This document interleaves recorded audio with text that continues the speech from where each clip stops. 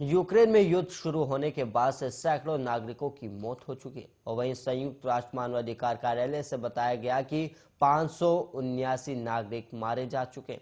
और वहीं यूएनएचसीआर ने कहा है कि युद्ध शुरू होने के बाद से यूक्रेन में कम से कम 579 नागरिक मारे गए और 1000 से अधिक लोग घायल हो गए। और वहीं यूएनएचसीआर ने शनिवार को कहा कि मारे गए लोगों में 42 बच्चे भी शामिल हैं। और वहीं उल्लेखनीय है कि एक दिन पहले जिनेवा स्थित कार्यालय ने 564 नागरिकों की मौत होने और 982 लोगों की घायल होने का आंकड़ा भी दर्ज किया था।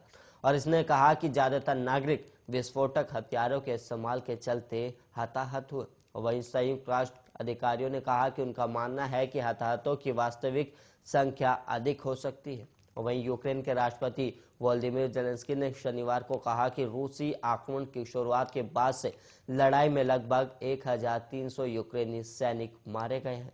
और वहीं जेलेंस्की ने आगे संवाददाता सम्मेलन में कहा कि अगर रूस को यूक्रेन की राजधानी पर कब्जा जमाना है तो उसे रिहायशी क्षेत्रों समेत अन्य जगहों पर लगातार बमबारी करनी और नागरिकों को हत्या करनी पड़ेगी।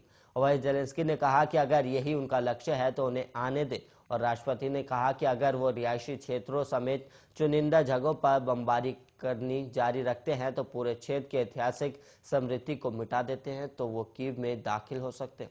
और इससे पहले अमेरिकी ने कहा था कि रूस ने यूक्रेन पर अब तक करीब 810 मिसाइलें दागी। और वहीं रूसी विमानों और तोपों ने यूक्रेन के पश्चिम में जहां हवाई पट्टियों को निशाना बनाया, वहीं पूर्व में एक प्रमुख औद्योगिक केंद्र पर बम और गोले बरसाए गए। और उसके टैंक और तोपों ने पहले से ही नियंत्रण में आ चुके शहरों में हमले जारी रखे, जिससे लोग वहां जान गंवाने वाले लोगों को दफना नहीं पाए। और वहीं अमेरिका के रक्षा अधिकारियों ने रूस के हवाई अभियान को लेकर एक आकलन साझा किया और उन्होंने कहा कि रूसी पायलट हमले के लिए दिन भर में औसतन 200 उड़ान भर रहे हैं। और वहीं उत्तर प्रदेश में विधानसभा चुनाव के नतीजे को आए 2 दिन बीत चुके, लेकिन अब तक नई सरकार के शपथ ग्रहण की तारीख का ऐलान नहीं हुआ। और इस बीच देश की नजरें योगी आदित्यनाथ पर टिकी हुई, जो आज दिल्ली आ रहे हैं और अपने दिल्ली दौरे पर सीएम योगी आदित्यनाथ प्रधानमंत्री मोदी और पार्टी के साथ बैठक में सरकार की रूपरेखा तैयार करेंगे। और वहीं सूत्रों के मुताबिक पार्टी यूपी में इस बार 4 उप मुख्यमंत्री बना सकती है। और वहीं राज्यपाल को इस्तीफा सौंपने के बावजूद अब तक यूपी में नई सरकार के गठन का ऐलान नहीं हुआ है। और वहीं सूत्र बता रहे हैं कि योगी का शपथ ग्रहण होली के 2 दिन बाद यानी 20 मार्च को हो सकता है। और साल 2017 में बीजेपी की ऐतिहासिक जीत के बाद योगी ने 19 मार्च के दिन मुख्यमंत्री पद की शपथ ली थी, लेकिन इस बार क्योंकि 17 और 18 मार्च को होली है और 19 मार्च को एमएलसी नामांकन की आखिरी तारीख, इसलिए योगी के 20 मार्च को शपथ लेने की अटकलें हैं। और इस बीच नई सरकार की रूपरेखा तैयार करने के लिए लखनऊ से दिल्ली तक बैठकों का दौर जारी है। और वहीं बीती रात लखनऊ में सीएम आवास पर बड़ी बैठक हुई, जिसमें बीजेपी के प्रदेश प्रभारी राधा मोहन सिंह, प्रदेश अध्यक्ष स्वतंत्र देव सिंह और यूपी संगठन सुनील बंसल मौजूद थे। और इस बैठक के बाद योगी आज केंद्रीय नेतृत्व से मिलने दिल्ली आ रहे हैं। और इसके बाद योगी नई सरकार की रूपरेखा को लेकर पीएम मोदी, गृह मंत्री अमित शाह, जेपी नड्डा, संगठन महामंत्री बीएल संतोष और पार्टी के दूसरे वरिष्ठ नेताओं के साथ बैठक करेंगे। और वहीं यूपी बीजेपी के अध्यक्ष स्वतंत्र देव सिंह और संगठन मंत्री सुनील बंसल को भी इस बैठक में शामिल होने के लिए आज दिल्ली बुलाया गया।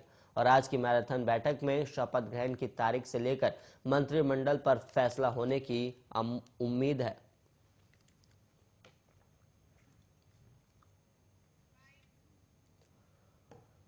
और वहीं अब खबर पंजाब से है, जहां पर पंजाब में बम्पर बहुमत हासिल करने के बाद आम आदमी पार्टी में जश्न का माहौल है। और इसी माहौल में आज अमृतसर में आम आदमी पार्टी का विजय जुलूस निकलेगा, जिसमें खुद पार्टी संयोजक और दिल्ली के मुख्यमंत्री अरविंद केजरीवाल और पंजाब के भावी मुख्यमंत्री भगवत मान शामिल होंगे।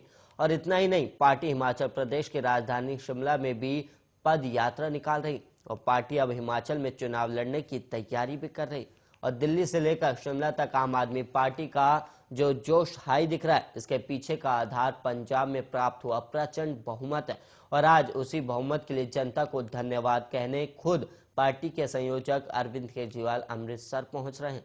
और अमृतसर में पंजाब के भावी मुख्यमंत्री भगवत मान के साथ केजरीवाल का विजय जुलूस निकलेगा।